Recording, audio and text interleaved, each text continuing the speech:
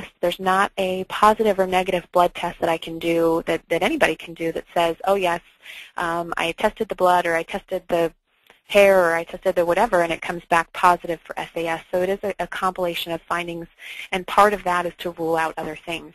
So those three components for that screening came back with 100% sensitivity, which is like unheard of, 99.8% specificity, 85.7% predictive value positive, and 100% predictive value negative. So that's pretty good. And my personal protocol, you know, she asked if I have my own thing, which I kind of, the way that I do it is, you know, we have a very close-knit community here, so I do often have a history of alcohol use. Not all the time, but usually.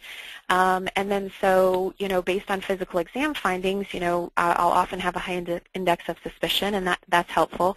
And then ultimately, if based on history and my concern for physical exam findings, and not just maternal history, but also history of the child, how they're growing, how they're progressing, how they're developing, meeting their developmental milestones, and so forth, I also refer to genetics. And like I said, it's not usually to rule in, it's usually to rule out other things.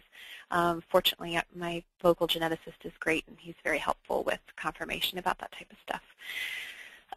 So moving on, marijuana, THC, which is the active ingredient tetrahydrocannabinol, rapidly crosses the placenta, enters the breast milk, can lead to inattention or impulsivity, deficits in problem-solving skills, learning and memory, and academic underachievement.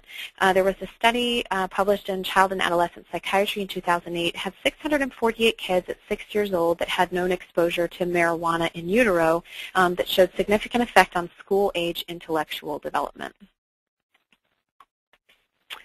Now, cocaine. So cocaine, there's not a